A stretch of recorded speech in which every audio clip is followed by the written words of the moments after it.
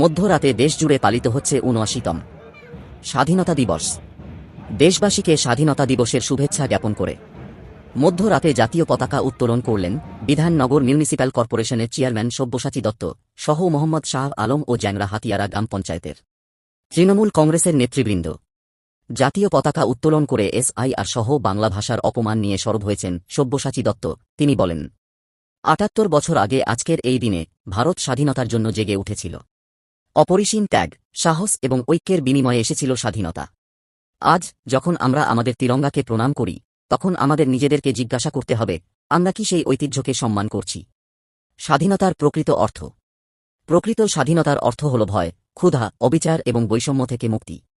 দুঃখের বিষয়, ন্যায়বিচার, স্বাধীনতা, সাম্য এবং ভ্রাতৃত্বের নীতিতে পরিচালিত ভারতের আদর্শকে নষ্ট করা হচ্ছে। স্বাধীনতা দিবসে দেশবাসীর প্রতি তাঁর আহ্বান, আসুন এই স্বাধীনতা দিবসে আমরা যেকোনো মূল্যে আমাদের গণতন্ত্র রক্ষা করার, সংবিধানকে রক্ষা রাখার, প্রতিটি ভারতীয়ের অধিকার রক্ষা করার শপথে ফের প্রতিজ্ঞাবদ্ধ হই। তবে আমাদের শহীদদের প্রতি প্রকৃত শ্রদ্ধাঞ্জলি নিবেদন করা হবে। দেখুন এই প্রতিবেদনটি।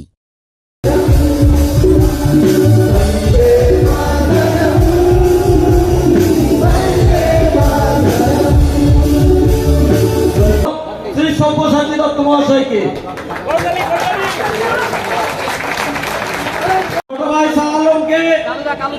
উত্তরীয় পড়িয়ে স্বাগত জানাচ্ছেন আমাদের প্রিয় নেতা মাননীয় শ্রী সব্যসাচী দত্ত মহাশয়। সকলের তরফে স্বাগত জানাবেন। এবং আমাদের সদস্য আমাদের কানাডা একটি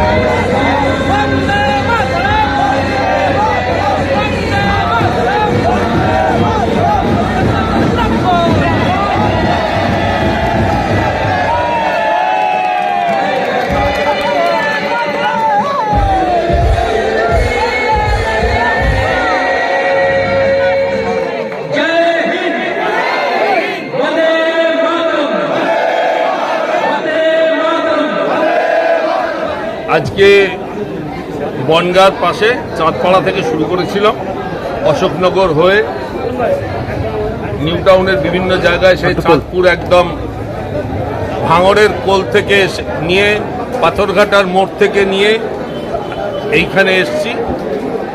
বাঙালির ভাষাকে, বাংলা ভাষাকে যদি কেউ খর্ব করার চেষ্টা করে, আমি বলবো তিনি মূর্খের স্বর্গে বাস করছেন।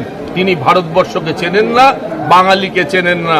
বাঙালি খুব শান্তপ্রিয় জাতি, কিন্তু তার ধর্মকে আর তার ভাষাকে নিয়ে কেউ খেলা করলে 21শে ফেব্রুয়ারি যেরকম হয়েছিল, আবার একটা 21শে ফেব্রুয়ারি হওয়ার জন্য তৈরি থাকবে। দুর্গাপুরে সবার পরেই এসে জয় মা কালী বলে যাওয়ার পরে বাঙালি বিদ্বেষী এই মনোভাব। আগে বলতেন জয় শ্রীরাম, এখন বলছেন জয় মা কালী। 2026-এর পরে বলবেন জয় বাংলা। আজকে কি বাঙালি মাংস খাবে না? সব খাবে, আর উনিও লুকিয়ে লুকিয়ে সব খাবে। বাঙালির মান খর্ব হবার কোনো প্রশ্ন নেই। বাঙালির মান কখনো খর্ব হবে না। বাঙালির মান খর্ব হলে তো দেশের স্বাধীনতা সমৃদ্ধি গাইতে পারবে। এটা কখনো সম্ভব নয়, এটা কখনো সম্ভব নয়। বাংলাদেশে জাতীয় সঙ্গীত রচনা করেছে বিশ্বকবি রবীন্দ্রনাথ ঠাকুর। ভারতের জাতীয় সঙ্গীত রচনা করেছে রবীন্দ্রনাথ ঠাকুর। শ্রীলঙ্কার জাতীয় সঙ্গীত রচনা করেছে রবীন্দ্রনাথ ঠাকুর। বাংলা খর্ব হয় কিভাবে? বাংলা খর্ব হওয়ার আগে রবীন্দ্রনাথ ঠাকুর যে সঙ্গীত করেছে সেটাকে খর্ব করতে হবে। বাঙালি বিদ্বেষী যে এই নীতি, মানে আজকেও মহারাষ্ট্রের বুকে এক পরিযায়ী শ্রমিকের কান কেটে দেওয়া হয়েছে, মানে কি বলতে চাইনি। না, শুধু কান কাটা নয়, পায়ে মারা, হাতে মারা। ওরা ভেবেছে ওদের পলিসি বরাবরই একটা আজকে বর্তমানে স্বাধীনতা দিবসে দাঁড়িয়ে অপকটে বলতে কোনো অসুবিধা নেই যে যারা ব্রিটিশদের সমর্থক তারা আজকে দেশ চালাচ্ছে, কিন্তু আমরা গণতান্ত্রিক প্রক্রিয়াকে তাকে সরাবো, গণতান্ত্রিক প্রক্রিয়াকে তাকে আমরা সরাবো। আজকে ভারতের নাগরিকের উপরে যে অত্যাচার হচ্ছে ঠিক ব্রিটিশরা এই কায়দায় করতেন। ব্রিটিশদের রুল যেমন ছিল ভাগ করে দেওয়া, আজকের বর্তমান আমাদের সরকার ভাগ করে দিচ্ছে। আমাদের সরকার সেই ব্যবস্থা সেই জিনিসটা করছে, তো আমরা সেই ব্যবস্থা সেই জিনিসটা যেটাই করছি আমরা সেটাকে কন্ডেম করি এবং আটকাবো, এবং এটা সম্ভবই নয়। এই মহান ভারতবর্ষে এটা সম্ভব নয়। পরিযায়ী শ্রমিকদের উপরে অত্যাচার করার মূল কারণটি হলো তারা মুসলিমদেরকে দেখাচ্ছে আর সিএ দিয়ে হিন্দুদের ভোটটা টানবে, এটাই তাদের উদ্দেশ্য। বাঙালি আজকে মাংস খাবে না? বাঙালি মাংস আমার বাড়িতে আছে, সব রকম মাংস আছে। আমার ভাইপো কার্তিকের বাড়িতেও মাংস আছে। বিরোধী দলের নেতা বলেছে বাঙালি আজকে মাংস খাবে না, ড্রাই ডে। কে বলেছে এটা? রাহুল সিনহা। রাহুল সিনহা বাঙালি হলো কোথায়? আমি তো বাঙালি দেখতে পাইনি। রাহুল সিনহা তো বাঙালি নয়, বাংলায় বাস করলে বাঙালি হয় না। ডিএনএটা দেখুন, গুটকা করেই পড়বে। বিজেপি শাসিত যে এতগুলো রাজ্য, সেখানে বলছে যে মিঠুন চক্রবর্তী আমরা এতদিন মার খেয়ে এসছি, এবার আমাদের মার দেওয়ার পালা। মিঠুন চক্রবর্তী কে? মিঠুন চক্রবর্তী একজন অভিনেতা, নামকরা অভিনেতা। মমতা ব্যানার্জিকে পৃথিবীর শ্রেষ্ঠ নারী বলেছিলেন, নারী বলেছেন। সুভাষ চন্দ্র বসুর সঙ্গে হেঁটেছেন। সুভাষ চন্দ্র বসুর স্ত্রী রমলাদি ছিলেন তার বোন। ছদ্মবেশী কিছুই না, ছেলেকে বাঁচানোর জন্য বিজেপিতে। ওর কথায় গুরুত্ব দিলে রাজনীতি নষ্ট হয়ে যাবে আমাদের। 26-এ নির্বাচনে কি কোনো জায়গায় রক্তের স্বাদ হবে? একদমই না। বিরোধীরা সেটাই কি চেষ্টা করছে বলে মনে করছো? ওটা বরাবরই, আজকের থেকে না, ওটা বরাবরই, এটা বরাবরই করছে এবং রক্ত মাখা কাজ ওরা চলছে এবং করছে সব জায়গায়। 22শে আগস্ট আবার শিয়ালদা স্টেশনে মোদি আসছে রেলের উদ্বোধন করতে। 26-এর বিধানসভার আগে এতবার বঙ্গে আসা যাওয়া কোনো অসুবিধা নেই। উনি দেশের প্রধানমন্ত্রী বর্তমানে, ডেলি প্যাসেঞ্জারি করলেও আমাদের কোনো অসুবিধা নেই। কারণ আমাদের রাজ্যের মানুষ ওই হাওয়াই পড়া চটিয়ালা ওই মহিলাকেই চেনেন, যিনি বর্তমান ভারতবর্ষের প্রেক্ষাপটে বাংলাকে, পিছিয়ে পড়া বাংলাকে ভারতবর্ষের একটা উচ্চতর জায়গায় নিয়ে এসছে। তাকে ছাড়া আমরা এই রাজ্যের মানুষ বিকল্প কিছু ভাবে না। অনুরাগ ঠাকুর বলছে কি যে ডায়মন্ড হারবারে 2 লক্ষের বেশি ভুয়ো ভোটার নিয়ে অভিষেক ব্যানার্জি ভোটে জিতে এসেছে। অনুরাগ ঠাকুর যদি বলে, আমাদের নেতা অভিষেক ব্যানার্জি তিনি ডিরেক্টলি বলেছে যে বিজেপি নেতারা চ্যালেঞ্জ করুক, বিজেপি নেতারা চ্যালেঞ্জ করুক, আমি সাংসদ থেকে পদত্যাগ করব। আমরা যদি তাদের জায়গায় যদি ধরে দিই চ্যালেঞ্জ, তাদের জায়গায় যদি আমরা ধরে দিই, তারা সাংসদ পদ থেকে বসে যাবে তো? তারা সাংসদ পদ থেকে বসে যাবে তো? স্বয়ং নরেন্দ্র মোদী যেখানে দাঁড়িয়েছেন সেই বেনারসে 1 লক্ষর বেশি একটা বিধানসভায় পাওয়া গেছে। একটা আন্দোলন যেটা 1 বছর ধরে চলে এলো, যেটা ডাক্তারের আন্দোলন হয়ে শুরু হয়েছিল, সেটা আজকে রাজনৈতিক প্রেক্ষাপট পেল। রাজনৈতিক প্রেক্ষাপট পাওয়ার পরে ডাক্তাররা সেই আন্দোলন থেকে এখন সাইড। সেই আন্দোলন বর্তমানে বলছে বাবার মা রাজনৈতিক একটা ছত্রছায়ায় দাঁড়িয়ে 26-এর নির্বাচনে মুখ্যমন্ত্রীর অপোজিটের মুখ। আমি কোনো বাবা মায়ের বিরুদ্ধে কোনো দিন কথা বলি না, বলবও না। তার কন্যা হারিয়েছে, সে বহুত কিছু করতে পারে, ভুলও করতে পারে, ঠিকও করতে পারে। আমি তাকে কোনোদিনও দোষী সাব্যস্ত করব না। আমি দোষী সাব্যস্ত তাকে করব যারা চক্রান্ত করে তাদেরকে ভুল বোঝাচ্ছে। অর্থাৎ বাবা মায়ের আমি কোনো দোষ দেখতে পাই না। আমি করি তৃণমূল, কিন্তু তার তো কন্যা হারিয়েছে, আমিও তো কন্যার বাবা। কোনো দিনের জন্য আমি এটাকে সমর্থন করি না। কিন্তু এটাও ওখানে মাথায় রাখতে হবে, আপনাদের মাধ্যমে আমি সংবাদ মাধ্যমদেরকে বলছি, তিনি কিন্তু সিবিআইকে বলেছে গরু ছাগল। তার বাবা মা সিবিআইকে গরু ছাগল বলেছে যে এরা ভ্রষ্টাচার। তাহলে সিবিআইকে বলা মানে কেন্দ্র সরকারকে বলা। কেন্দ্র সরকারের আয়ত্তেই নরেন্দ্র মোদী খুব সিবিআই দপ্তর দেখেন।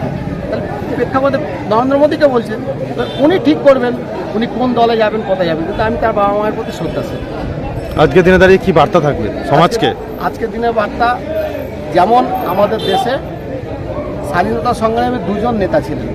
একজন ছিলেন আমাদের নেতাজি, যাকে আমরা গান্ধীজি হিসাবে আমরা যাকে চিনি, গান্ধীজি। আরেকজন ছিলেন আমাদের নেতাজি সুভাষচন্দ্র বোস।